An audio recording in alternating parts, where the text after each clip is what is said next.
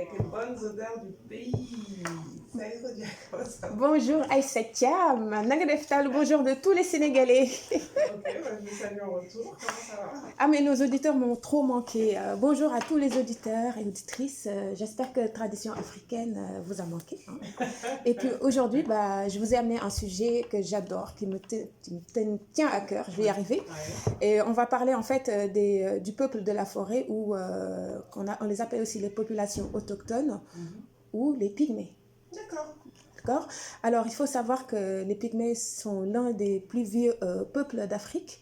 Actuellement, on les trouve disséminés dans la grande forêt équatoriale de l'Afrique centrale, notamment au Congo, au Cameroun, au Gabon, dans la forêt centrafricaine, au Burundi, Rwanda, Ouganda, Tanzanie, et j'en passe. Alors, parmi les différentes populations pygmées, on note aussi les Mbuti, les Aka, les Baka, les Metsan, les Babon, les Mani, les Efé, les Babinga ou Toua ou Batois. Batois, c'est le pluriel de Toua. D'accord.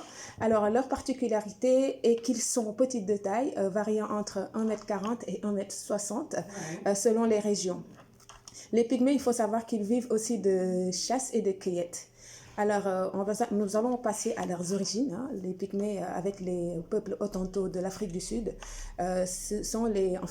sont deux des populations autochtones de l'Afrique. Et les Pygmées étaient un peu partout en Afrique avant, notamment au Sénégal au cours du fleuve, au Bénin, en Côte d'Ivoire, au Mali, etc. Et ils se sont repliés dans la forêt équatoriale suite au bouleversement climatique, où on parlait de sécheresse, ou bien dû à la pression démographique, notamment à la présence de d'autres personnes qui gênaient. Parce qu'il faut savoir que les Pygmées n'aiment pas vivre beaucoup en groupe. Dès qu'ils commencent à se multiplier, ils se divisent en deux. Et chacun va de son côté. Et dans certaines chansons ancestrales pygmées, ils chantent l'origine de leurs ancêtres venus de l'étoile Sirius B. Comme le disent les Dogons, si tu te souviens de ma chronique sur le Sigi des Dogons, pardon, et y compris aussi les Hottentots de l'Afrique du Sud, ils disent que leurs ancêtres sont venus de l'étoile Sirius B. Donc, à ça, nous allons parler de l'étymologie du mot pygmée, qui nous vient du mot grec pygmaios, et qui veut dire haut d'une coudée. Et je ne te le dis pas, c'est un terme péjoratif. Donc, on va parler aussi de leur apport à l'Égypte antique, parce que moi, je trouve qu'on ne peut pas parler aujourd'hui de pygmées sans parler de ce qu'ils ont apporté à l'Égypte pharaonique kémite. D'accord. Alors, il faut savoir qu'en Égypte, on comptait plusieurs populations, dont les nés égyptiens et les pygmées africains.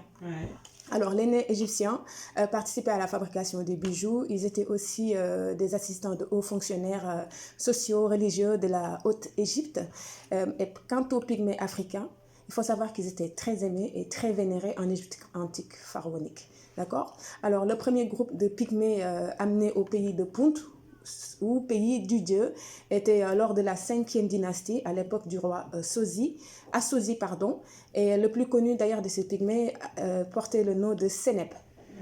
D'accord. Le deuxième groupe de pygmées fut ramené en Égypte par un prince, un capitaine de la Haute-Nubie, du nom de Hirkouf, lors de sa 4e expédition, je vais y arriver, pour aller chercher des richesses pour le pharaon, notamment des plantes, des animaux de toutes sortes, des épices, de l'or. Parce qu'il faut savoir que les pygmées ont beaucoup participé à l'économie égyptienne, parce que quand on parlait d'animaux exotiques, tout le monde n'osait pas approcher certains animaux, notamment les éléphants, les lions, et les pygmées, ils avaient le secret pour les dompter avec des incantations.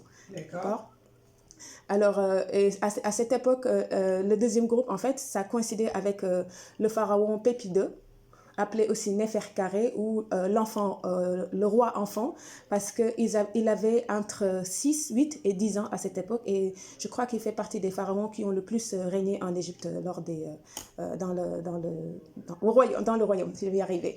Et alors, c'est d'ailleurs à partir de cette 6e dynastie que la présence des pygmées a été attestée et soulignée grâce à une lettre du pharaon qu'on a reproduit sur la tombe de Hirkouf, et qui disait qu'il fallait qu'on s'occupe bien des pygmées, parce qu'il était passionné, il adorait les pygmées.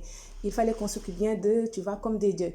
Et d'ailleurs, en fait, qu'est-ce que je voulais... Ouais, il disait qu'aussi, on disait qu'aussi qu'ils appréciaient beaucoup la danse des Pygmées, puisque les Pygmées parfois dansaient dans les palais royaux, mais aussi c'était pas seulement une danse pour s'amuser, parce que dans leur danse, en fait, il y a un caractère très spirituel. D'ailleurs, cette danse est appelée la danse vouée à Dieu ou danse des dieux, d'accord? Et le Pygmée, en Égypte, il a été divinisé sous les traits du dieu Bès. Je ne sais pas si tu as entendu ce nom. Et Bès était un personnage très très important dont on trouve d'ailleurs la représentation à la Cité du Vatican, à la chapelle Sixtine au 6e étage actuellement. D'accord. Et on lui vouait un culte, pardon, et ce culte a perduré jusqu'au 4e siècle et c'est un pape de l'Église catholique qui a interdit tout simplement le culte du dieu Bès. D'accord. Et les Pygmées, il faut savoir aussi qu'ils participaient à l'Égypte à d'autres aspects de la vie courante, notamment des fêtes religieuses, voilà, naissance, rites, etc. Nous allons parler aussi de leur legs culturel. La musique, leur musique polyphonique, y compris aussi leurs danses, sont inscrits actuellement dans le patrimoine de l'humanité. Beaucoup de musiciens contemporains, apparemment, se sont inspirés de la musique des Pygmées. D'accord? Et leur connaissance aussi médicinale n'est plus à négliger. Hein. Ils ont une connaissance viscérale des plantes et ils sont aussi spécialistes de la botanique. D'ailleurs, les Anglais ont appris beaucoup avec les Pygmées lors de leur visite. Ils les enregistraient pour avoir les connaissances. Et on leur doit aussi la découverte de l'anesthésie que les médecins utilisent actuellement lors des opérations lourdes. Tu vois. Alors, au Gabon, l'UNESCO a financé aussi des études de plantes médicinales à l'université de Oumar Bongo. Et 117 plantes ont été répertoriées grâce aux Pygmées. Si. Alors, leur petite taille aussi est due à un problème lié à leurs conditions de vie, hein, isolées, car ils vivent dans les profondeurs de la forêt dense sans soleil. Et aussi le fait de manger la même chose tout le temps, donc ça aide pas à la croissance. Voilà. Et j'ai regardé une vidéo il y a un mois, une vidéo d'un initié congolais qui expliquait la déformation des Pygmées et il disait que c'était une guerre entre extraterrestres et qui ont utilisé du nucléaire sur Terre. Et donc, à l'époque, il n'y avait que les Pygmées qui habitaient sur Terre et ils ont été déformés. Bon, bref, je ne sais pas. Moi, j'y crois, hein, en tout cas, je ne sais pas. Et ils disaient que c'était des extraterrestres noirs, blancs et japonais ou asiatiques, des trucs comme ça. Alors, beaucoup de Pygmées, actuellement, malheureusement, sont ostracisés dans leur propre pays. Certains n'ont même pas de pièce d'identité, hein, ni aucun document administratif du pays originaire. Donc, on veut les forcer parfois à se moderniser, mais ils ne veulent pas du tout. Je sais que j'ai regardé un reportage sur les Pygmées au Congo.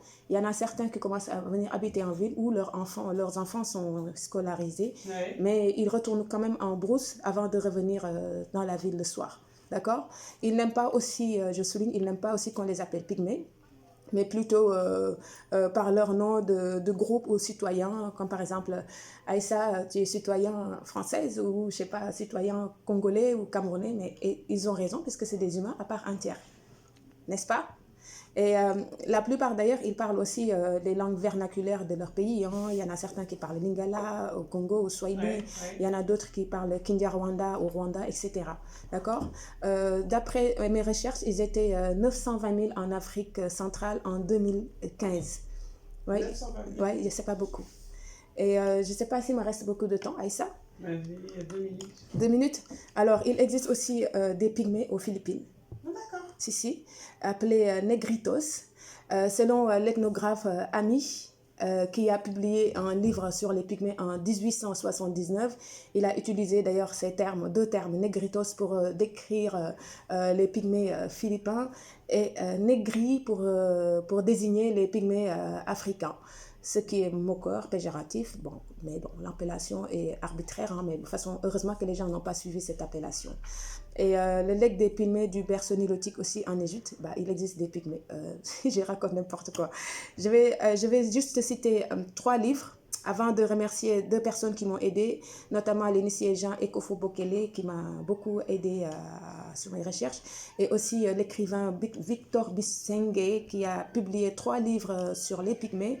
Alors, le premier qui s'intitule Contribution à l'histoire des Pygmées, l'exemple des Akas.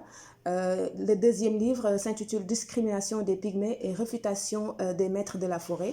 Et le troisième, c'était le legs des Pygmées du berceau nilotique à l'Égypte antique. Voilà, Passionnant. très passionnant. C'est vrai que c'est un peuple qu'on oublie, qu'on met un petit peu à l'écart, qu'on dénigre aussi. Malheureusement. Et alors qu'ils ont beaucoup apporté à nos civilisations. Moi, je crois que c'est des gens à se rapprocher pour apprendre encore davantage. C'est ça? Ouais. La source du savoir. Merci beaucoup, Rodia. On se retrouve Merci à toi. la semaine prochaine pour d'autres traditions. Salut.